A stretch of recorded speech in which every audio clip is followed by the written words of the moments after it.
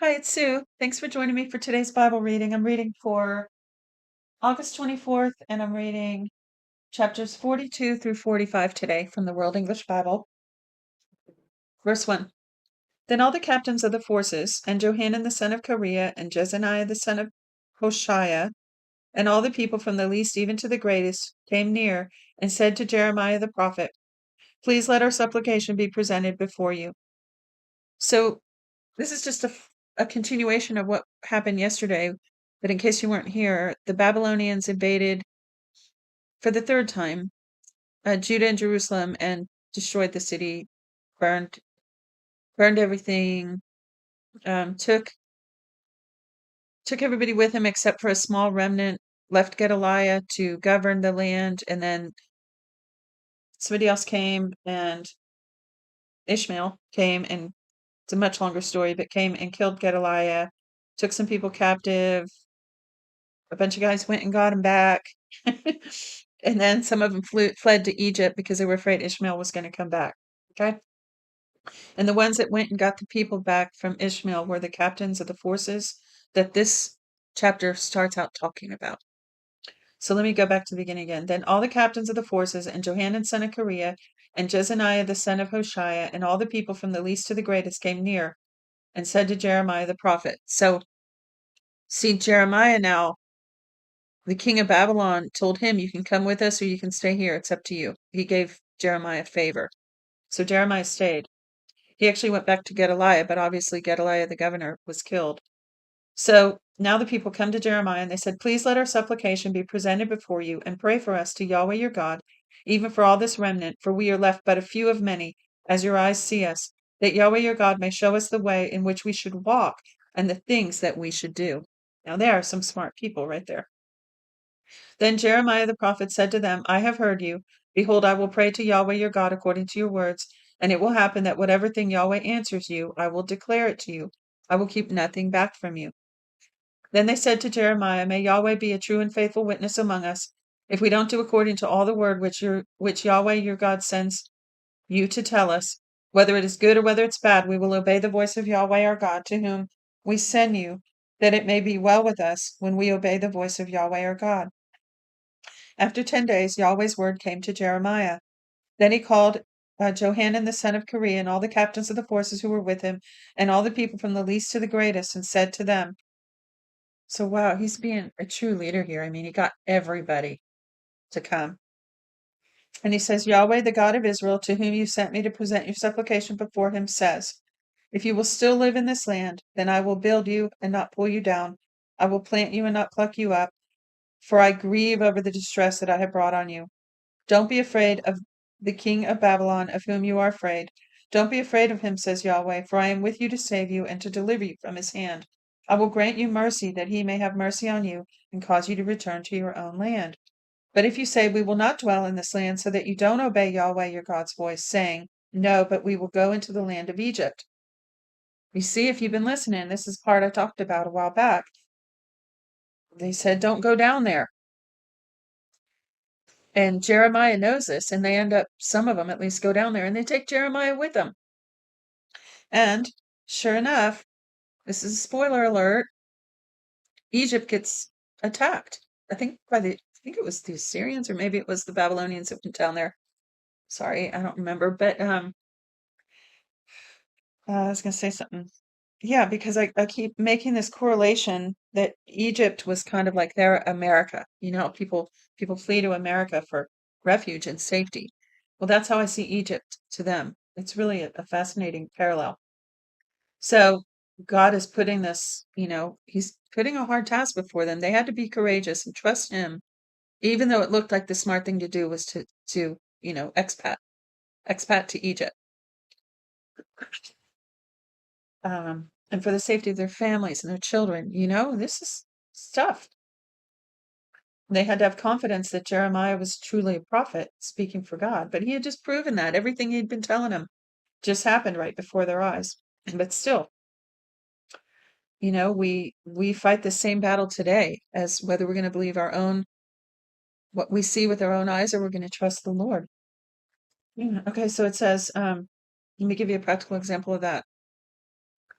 people lie to their bosses because they're afraid they're going to lose their job, or they, you know, sometimes they'll obey government over the Lord because they're afraid. So let's see what happens in this story here. It says,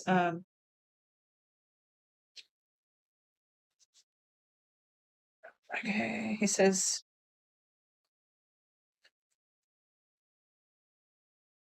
sorry, I'm trying to make sure where I left off. Let me just start here again. But if you say, we will not dwell in this land, so that you don't obey Yahweh your God's voice, saying, no, but we will go into the land of Egypt, where we will see no war, nor hear the sound of the trumpet, nor have hunger of bread, and there we will dwell. Now therefore hear Yahweh's word, O remnant of Judah. Yahweh of armies, the God of Israel, says, if indeed you set your faces to enter into Egypt, to go live there, then it will happen that the sword which you fear will overtake you there in the land of Egypt, and the famine about which you are afraid will follow close behind you there in Egypt, and you will die there. Why? Because God knows exactly what's going to happen. 17. So will it be with all the men who set their faces to go into Egypt to live there. They will die by the sword, by the famine, and by pestilence. None of them will remain or escape from the evil that I will bring on them. For Yahweh of armies, the God of Israel, says, as my anger and my wrath has been poured out on the inhabitants of Jerusalem, so my wrath will be poured out on you when you enter into Egypt, and you will be an object of horror and astonishment, a curse, a reproach, and you will see this place no more. Yahweh has spoken concerning you, remnant of Judah. Don't go into Egypt. Know certainly that I have testified to you today, for you have dealt deceitfully against your own souls. For you sent me to Yahweh your God, saying, pray for us to Yahweh our God according to all that Yahweh our God says. So declare to us, and we will do it. I have declared it to you today, but you have not obeyed Yahweh your God's voice in anything for which he has sent me to you. Now therefore know certainly that you will die by the sword, by the famine, and by the pestilence in the place where you desire to go to live there. Chapter 43. When Jeremiah had finished speaking to all the people all the words of Yahweh their God, with which Yahweh their God had sent him to them, even all these words, then Azariah the son of Hoshea, Johanan the son of Kareah, and all the proud men spoke, saying to Jeremiah, you speak falsely. Yahweh your God has not sent you to say, you shall not go into Egypt and live there. But Baruch the son of Neriah has turned you against us to deliver us into the hand of the Chaldeans, that they may put us to death and carry us away captive to Babylon. Oy vey. Can you imagine that? No wonder Jeremiah was called the weeping prophet. My goodness. Okay, verse 4. So Johanan the son of Kareah and all the captains of the forces and all the people didn't obey Yahweh's voice to dwell in the land of Judah. But Johanan the son of Kareah and all the captains of the forces took all the remnant of Judah who had returned from all the nations where they had been driven to live in the land of Judah, the men and the women and the children and the king's daughters and every person whom Nebuzaradan, the captain of the guard, had left with Gedaliah the son of Ahikam, the son of Shaphan, and Jeremiah the prophet, and Baruch the son of Neriah, and they came into the land of Egypt, for they didn't obey Yahweh's voice, and they came to Taphanes. Then Yahweh's word came to Jeremiah in Taphanes, saying, take great stones in your hand and hide them in mortar in the brickwork which is at the entry of Pharaoh's house in Taphanes in the sight of the men of Judah, and tell them, Yahweh of armies, the God of Israel, says, behold, I will send and take Nebuchadnezzar, king of Babylon, my servant, and will set his throne on these stones that I have hidden, and he will spread his royal pavilion over them. He will come and will strike the land of Egypt. Such as are for death will be put to death, and such as are for captivity to captivity, and such as are for the sword, the sword. I will kindle a fire in the houses of the gods of Egypt. He will burn them and carry them away captive.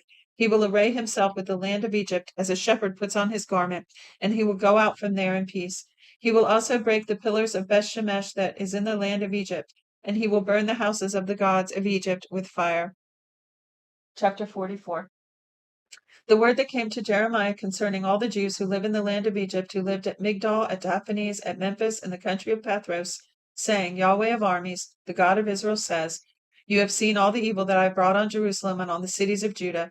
Behold, today they are a desolation, and no man dwells in them, because of their wickedness, which they have committed to provoke me to anger, in that they went to burn incense to serve other gods that they didn't know, neither they, nor you, nor your fathers. However, I sent to you all my servants the prophets, rising up early, there's that phrase again, rising up early, and sending them, saying, oh, don't do this abominable thing that I hate. Now remember, these were true abominations. They were sacrificing children on the fire, and that's just one of the unspeakable things that they did for these demons that they worshipped. And God would plead with them in his unfailing love, long suffering, and kindness, loving kindness, in his mercy. And he always gave them a message of hope, a way out.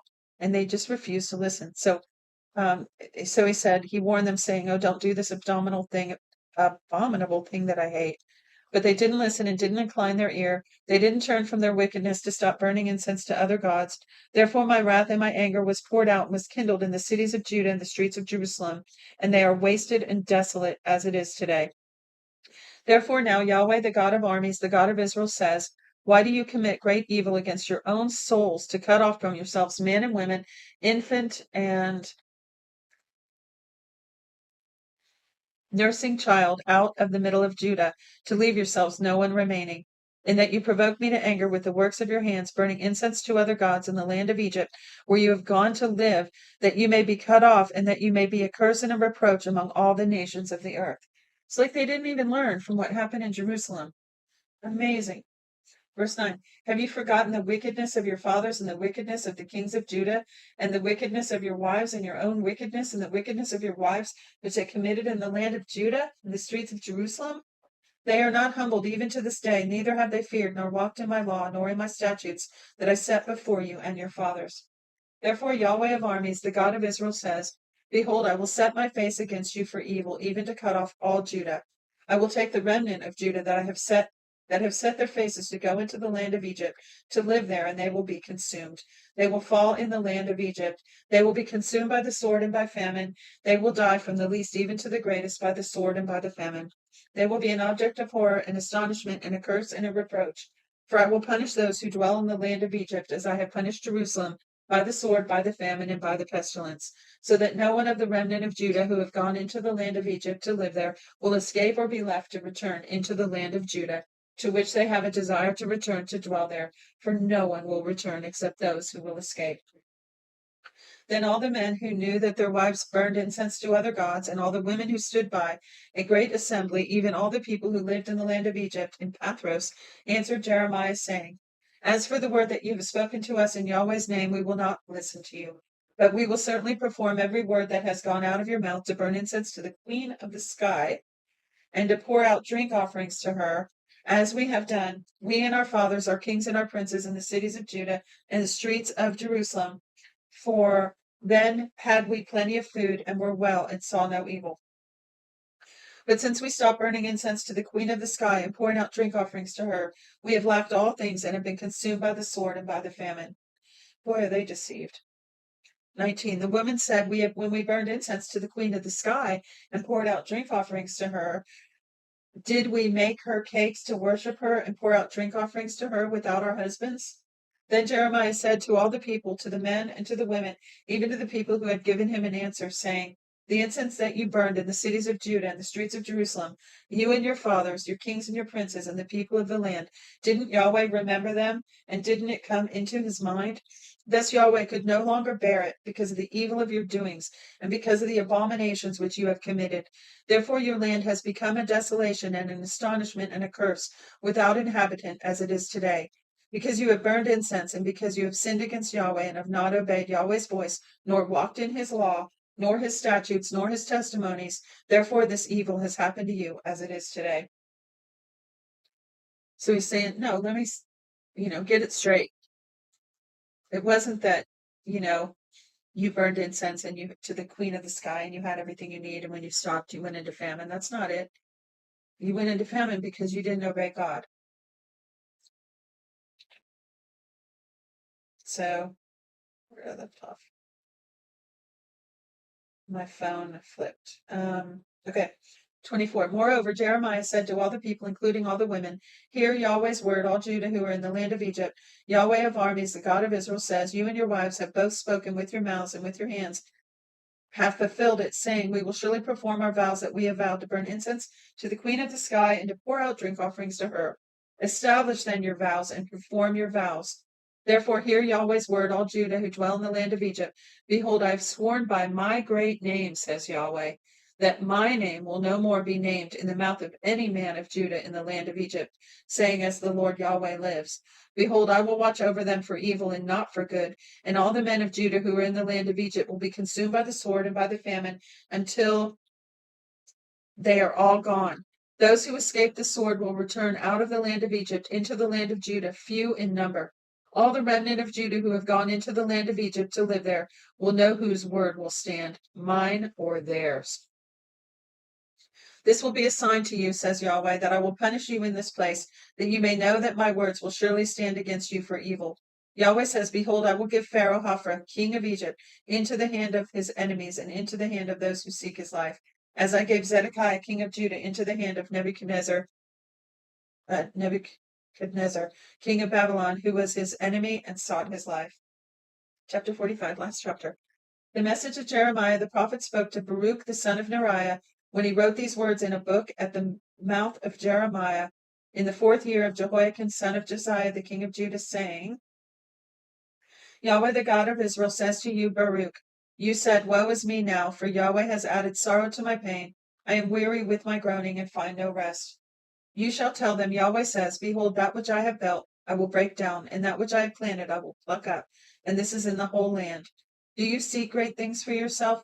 Don't seek them. For behold, I will bring evil on all flesh, says Yahweh, but I will let you escape with your life wherever you go. That's it for today's reading. Thanks for joining me. Shalom, shalom.